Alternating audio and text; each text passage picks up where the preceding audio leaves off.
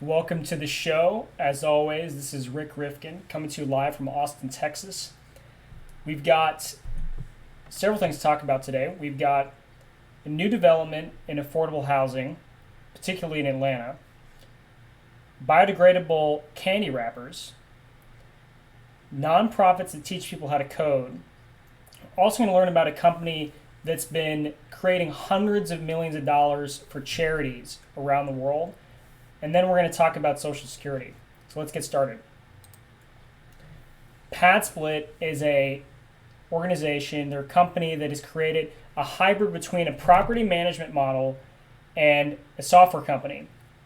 And there's this new development in Atlanta where tenants, so typically in Atlanta, let me back up. Typically in Atlanta, if you want to rent a one bedroom in metropolitan Atlanta, it's going to cost you about $1,450, $1,500 a month.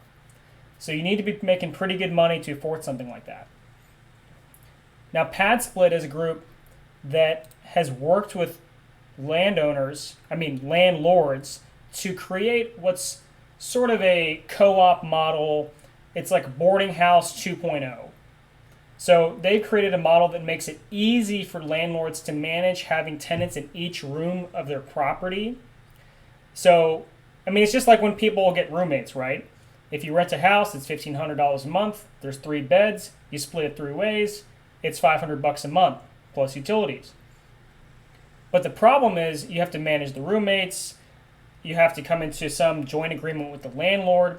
It becomes very, very messy on the landlord's end. And so what the landlord typically has to do in a lease is that they have to find 1 or 2 people to hold to account for the entire lease. And it's very difficult for any one person to be breaking the lease and coming in and out of the lease. But PadSplit has a model that uses software that allows landlords to pool the utility costs for everyone in the home or in the apartment complex.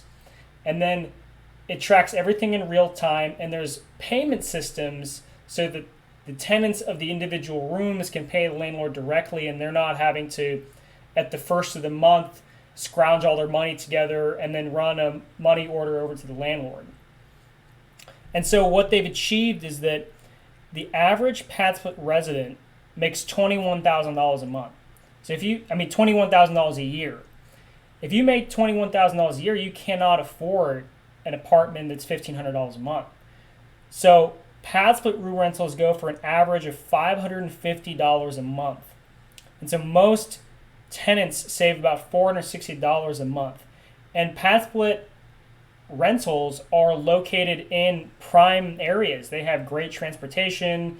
There's lots of things to do around them. And so they're overall great properties. And another thing that's interesting is that the landlords are incentivized to invest in efficiency upgrades. So if you have a really old dishwasher, for example, it might use a lot of water, it might use a lot of electricity, but if you upgrade it, it'll use a lot less. And so the way their model is worked out, the landlords can charge more if the property is more efficient. So it just works out for everyone. They have better appliances, better windows, things like that. And the landlord actually gets to make more money. And another thing is that landlords are actually making more money while helping people in ways they couldn't before. So kudos to PadSplit. Check them out in the show notes. And hopefully comes to city near you. Biodegradable paper wrappers have finally been launched specifically by Nestlé for a candy bar called Yes. So it's a snack bar that they've rolled out, and it came out just a couple months ago. And what was really great about Nestlé is that they didn't get a patent on this. So they didn't file for a patent. They want people to follow their example and to be able to create this technology and use it inside their own companies and their own brands. And so these biodegradable wrappers, most plastic and most wrappers like this usually end up in the ocean, unfortunately. But these will biodegrade in about 6 months. Now, current wrappers, the typical wrappers that you see, take 450 years to biodegrade in the environment as is. So that's a huge development, and hopefully this gets adopted across the board by other companies. And it's part of Nestle's effort to have completely recyclable and reusable packaging by 2025. So hats off to Nestle on this, and let's see what happens if they've got other products, if anyone takes something like this on within their own company. A nonprofit called Pursuit in Queens, New York, has been retraining workers for no upfront cost. Now, the average employee going in to Pursuit makes about $18,000 a year. And they come out, and you can see here in the screen, I've got all these companies that the graduates of Pursuit end up working for, like Capital One, OkCupid, LinkedIn, Pinterest, and they get tech jobs. They get coding jobs at these companies at an average starting salary of $85,000. So way above the U.S. average, $85,000. They really completely get to transform their life, going from $18,000 a year to $85,000 a year. And most of the people they train are about from their 20s to their mid-40s, and they're actually quite selective. So there is an application process with Pursuit. About 10% of applicants actually get into their program, and they go through 10 to 12 months of intense training, and then 3 years of mentoring, some of it with the company, some of it back at Pursuit.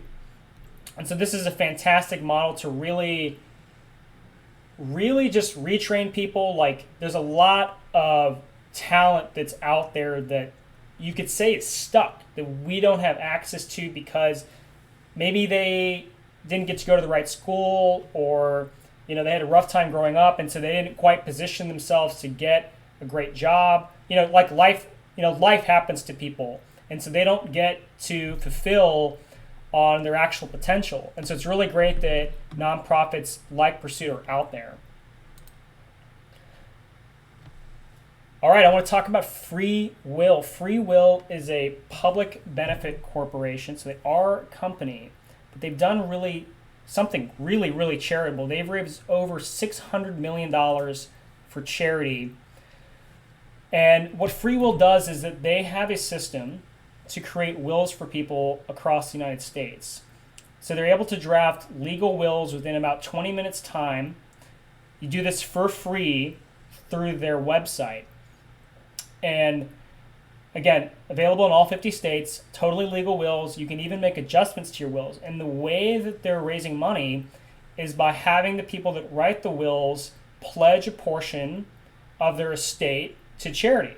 And so the money has gone to organizations like you see here: Amnesty International, the Greenpeace Fund, United Way, and it's really been a huge success so far. And the company's goal is actually to raise $1 trillion for charity over the next 10 years.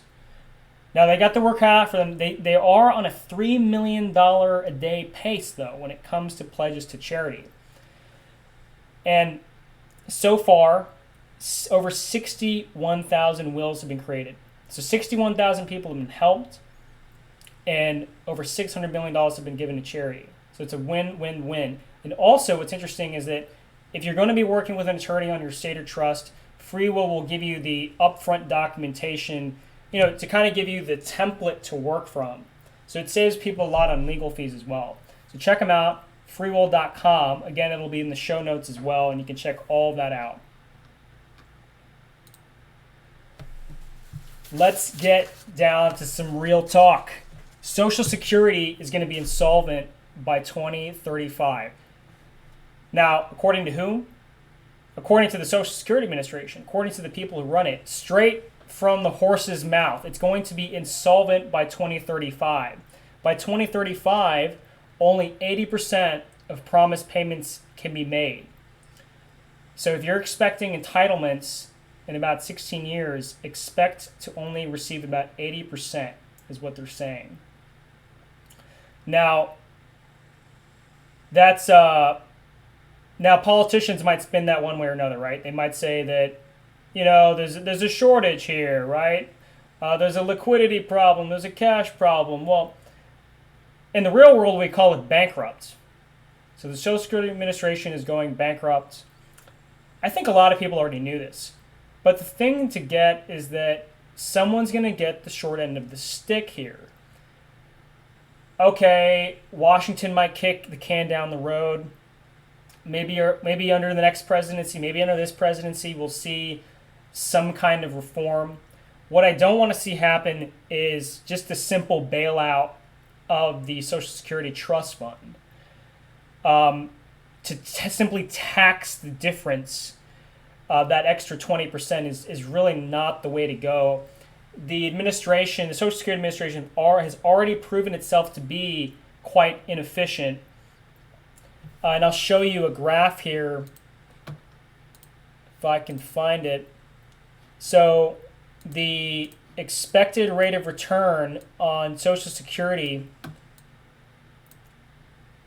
at its best is about 2%, and is often, and for several years of one's life, or based on your income. So based on your income, if you make about $10,000, your expected real rate of return on Social Security is about 2%. If you make over $130,000, it goes into the negative. So it's not really a winner when it comes to retirement planning in the first place. And so it hasn't really grown people's money anyway. If you stick your money in an IRA, and I'll get into that in a minute, you would do a lot better. And so why keep that program alive is something to think about. Definitely do not fund the difference. And what also might happen is that there might be a one-time bailout, but then it never gets restructured. So the politicians say, let's just make sure that these people that have these entitlements are taken care of, and then we'll figure it out later. That's dangerous too, because you're only giving the addict more drugs in that case. You're not actually getting to the root of the problem.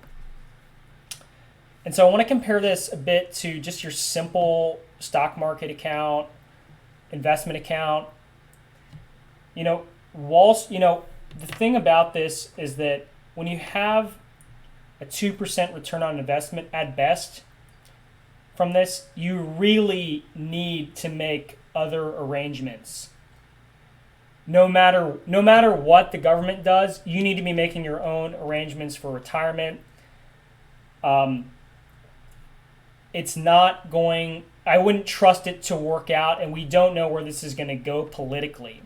And so I want to give you an idea of what the differences are if you have like a money market account or something. So,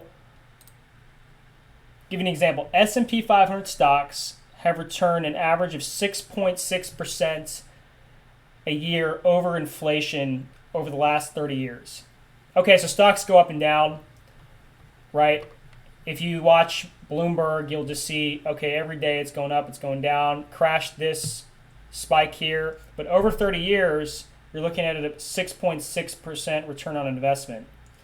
Compare that with the 2% in the best case scenario with Social Security. Something that's arguably safer would be AAA corporate bonds. What are AAA corporate bonds? Well, there are ratings organizations here in the United States, namely Moody's and Standard & Poor's, and there are others. And the ratings organizations rate bonds, and bonds are basically debt issued by companies. So you would be giving, let's say, General Motors or Apple a little bit of money by buying part of the bond. And AAA just means it's the highest rating, means it's the safest investment for that class. So the class being corporate bonds, AAA are the safest of the corporate bonds. The real like blue chip companies, the companies that you, your dad, your grandpa, your uncle, and your best friend all know about. And the returns on those are about 3.6% after inflation. So again, better than the Social Security Administration. And I also want to point out that the Supreme Court in 1960 ruled that Social Security benefits are not a contractual right, meaning that you couldn't sue the government if they didn't fund your disability payments or your Social Security payments. They don't actually have a contractual right to fulfill on any of that. And so while workers are obligated to pay Social Security taxes, the government is not obligated to pay you. That's really important to get. Now, just to give you an idea, even treasury bonds would be a better option. Treasury bonds these days yield about 2.9%. It's still higher than that 2% number. And you are actually, if you buy a treasury bond, meaning the U.S. government would pay you back, and they would be contractually obligated to pay you back. So even that would be better. And 2.9% is kind of a boring return on investment. I mean, you don't have to look very far to get something better than that as an average person. So really, we want to be looking into companies like Vanguard. Go pick up a portfolio that's based on the index, like the S&P 500. Get something really simple. Listen to Warren Buffett's advice, like just buy and hold stocks, and learn a little bit about it, and don't trust the politicians who've already screwed up this fund called the Social Security Administration with your money.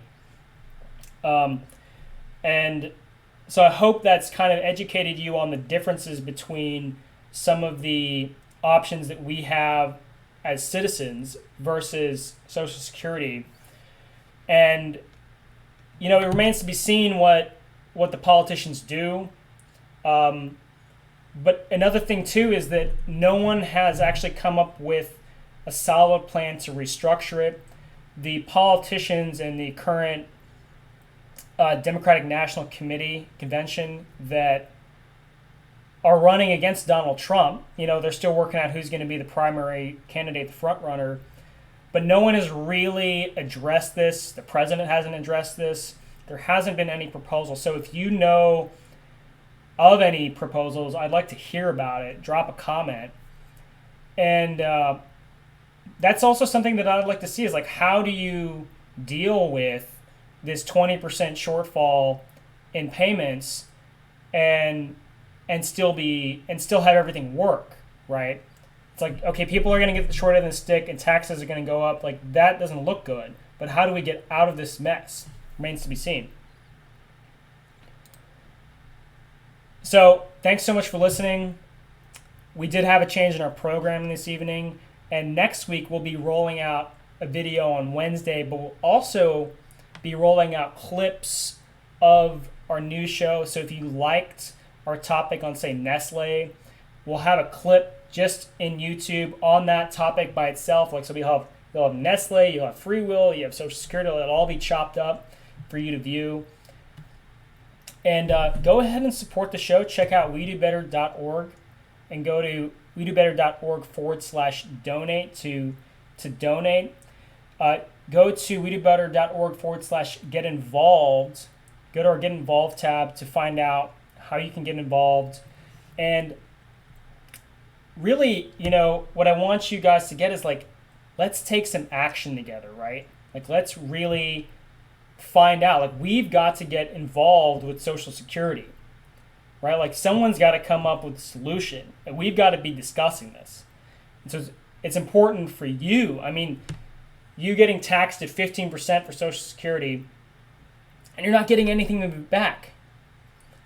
So anyway, go to WeDoBetter.org, check us out, like, comment, follow, subscribe. Check out our Facebook page too at We Do Better, and hit the notification bell. Again, my name is Rick Rifkin, coming to you from Austin, Texas. We Do Better News is brought to you by We Do Better, and thanks so much for listening.